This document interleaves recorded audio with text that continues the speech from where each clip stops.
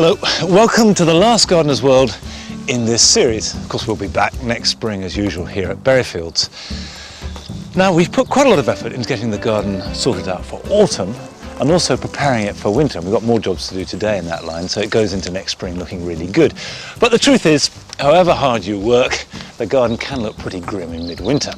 However, Rachel will be planting some very fragrant plants that will draw you out even on the darkest day. And Chris will be lifting some herbs and replanting them in the greenhouse so that we can have some fresh flavours even in the middle of winter.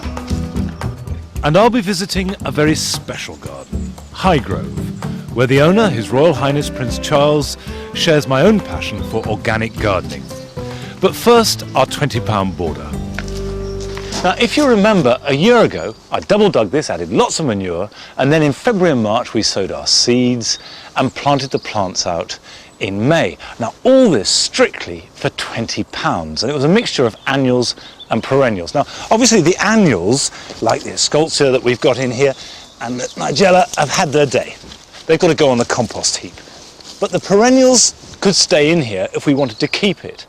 But what we've decided to do is do another trial next year. And by the way, thank you for all your correspondence about what we might trial. And we've got some pretty good ideas that we'll let you know next spring. And we're going to use this as our trial ground. But the perennials we can keep. We can lift those and move them. Now, Gaura is a South African plant. It likes hot, baked conditions, but boy, it's thrived here. Although you can see how it's got rather lush in this heavy soil and has fallen over. We can treat it as an annual, but we noticed that the Gaura we put into the long borders last year did overwinter.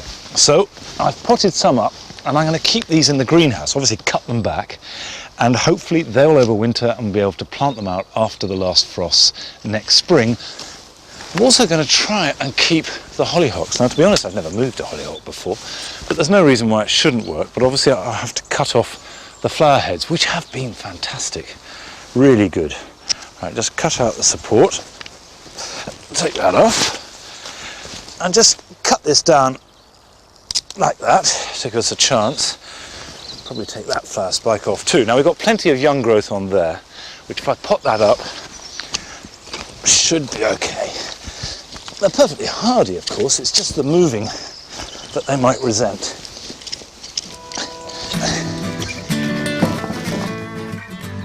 The main thing about the £20 border is what staggeringly good value it's been. It's given us all the plants we need for a really good display.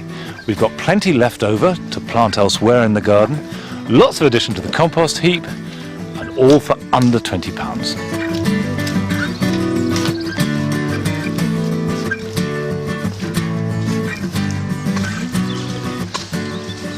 I may have completely cleared the £20 border, but nothing will be wasted.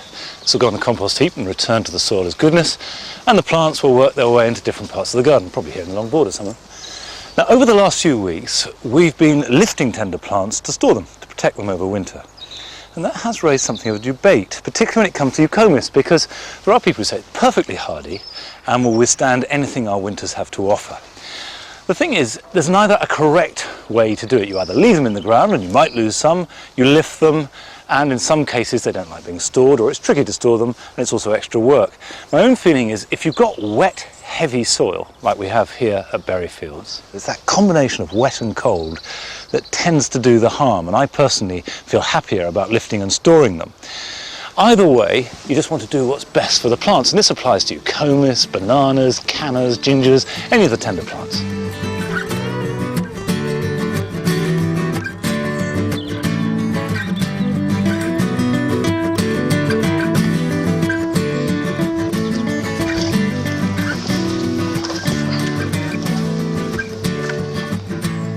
One of the tender plants that's looking absolutely fantastic at the moment is the dahlia, and these dahlias here really couldn't be better, which is a big problem because we had planned, don't laugh. I know. We had planned to take these out. Yes, we had, but I mean, look at them, they're just flowering their socks off, they're gorgeous, the buds are all still on. Loads of buds, loads and There's loads. no way we're going to do it today. It's partly because we haven't had any frost. Yes. Although lots of places have had frost, we haven't here. And also because they were cut back really hard in June, which has meant they're late, which is actually a good tip if you want late dahlias. what we had planned wasn't going to work. But my gut feeling is we should still lift them as and when they get frosted. Well, I think this year we should try something different. I think because there are so many different methods people have of dealing with dahlias over the winter, why don't we try leaving half of them in for a change, mulching them, seeing what happens, and we'll take the other half up. A lot of places now are borderline. I mean, certainly where I live, I haven't lifted a dahlia for 5 years, and they've been fine. I mean, I know that's in the south, and towns and cities tend to be much warmer. But I think there are other places where it's borderline, and we should give it a go. I think here at Berryfields, it's the wetness is going to harm them as much as anything, wet and cold. Okay, if I lift half and you leave in half, so we're agreed. See. Yeah, okay, we'll have a competition. If you are going to lift them, dig them up with a fork, being careful not to damage the tubers, and there's no need to do this until the leaves are actually blackened by frost, because the tubers keep on growing right up to the last moment. So turn them upside down and leave them for a few days so they can drain of any moisture. Then store them in a seed tray, a bucket or a pot, packed with old potting compost, vermiculite or perlite, and don't use peat. There's no need for that at all. And maybe every month or so in the winter check them, because you don't want the tubers to dry out, but on the other hand, they mustn't be too moist. And put them somewhere cool and dark, and they should be ready to bring out in February or March, and you can start forcing them again. More and more gardeners are leaving them in the ground. It's even been known for people in sheltered areas to cut dahlias on Christmas Day, but they do need protection to help them overwinter successfully. So cut down the stems more or less to ground level, and then cover the crown with a piece of plastic bag, and that'll help to keep the soil damp but not excessively wet. And then mulch thickly over the top with old compost or some leaf mould. Now, I've never made any secret of the fact that I'm passionate about organic gardening and growing. And I'm in good company because Prince Charles has long championed the organic movement. So it was a real privilege to be asked to visit Highgrove, meet the head gardener David Howard, and be shown round and learn the secrets of a mature, successful organic garden.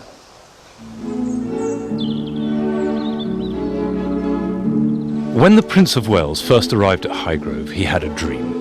This was to create a garden that would not only, in his own words, delight the eye and warm the heart, but also work with nature and not against it.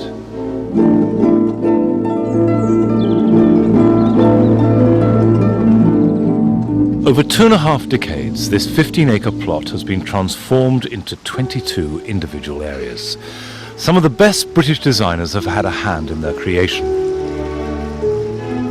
But it is the head gardener, David Howard, who in the last 6.5 years has helped realise the Prince's vision. Diversity is very, very important in this garden. We have a diverse range of plant material, and in hand we have a diverse range of fauna in the garden. So we've got a fantastic insect population here, and we've got an enormous number of predators as well. The walled garden is one of the Prince's favourite places of all. Here there are no concessions to quick fix methods. The thing that strikes me first is I love the way that you've let plants spill out over the path. Well, we aim for a very natural style of planting here. We're gardening with nature. It'd be very easy in a garden like this to have it all trimmed back and having it all looking tidy. And the boss doesn't like it tidy. He likes a natural looking garden.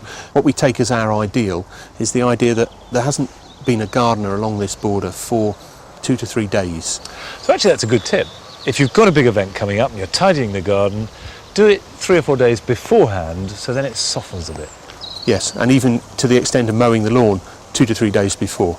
So it looks slightly used, it's got that lived-in feel, and it's not something that's come straight out of a textbook. The design of the wall garden, the box hedges, the apple arbour, have arisen from the Prince's eye for conservation. As a boy, he loved to go to the kitchen garden, and he always wanted to grow his own vegetables.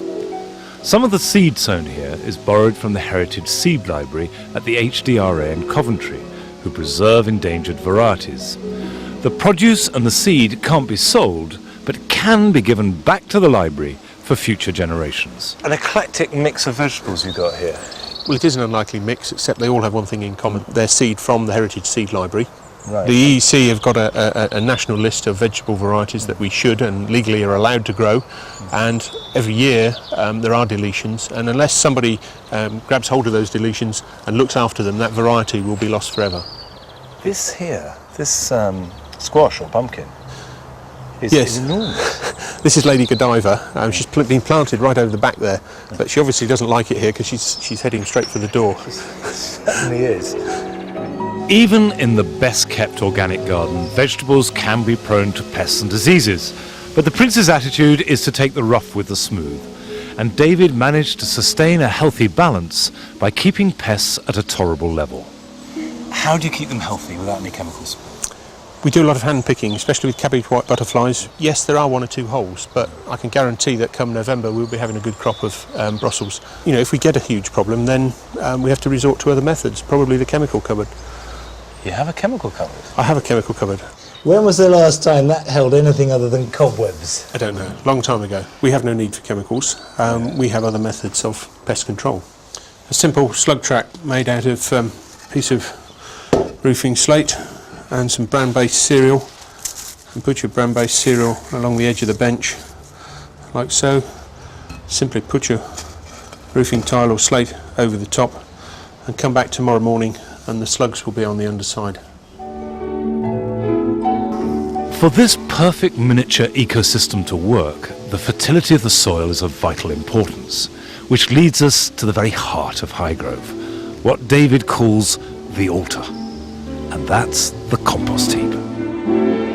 We have a fairly simple process here. We first of all take out woody material and we turn it into wood chip, which we use on the estate.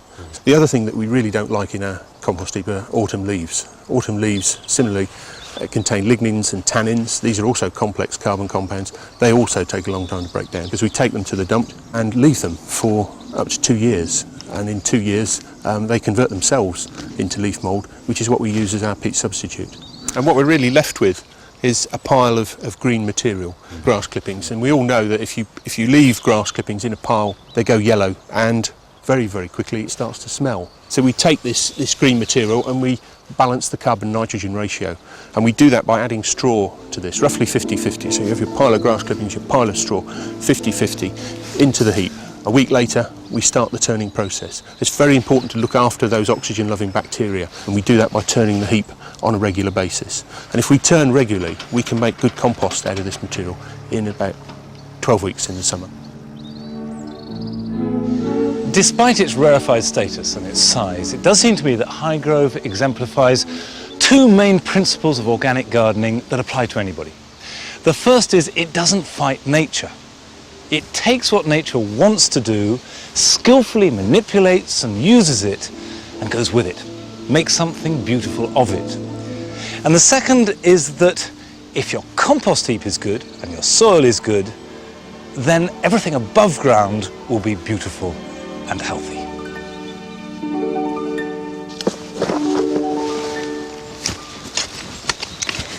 Well, never a truer word spoken, which is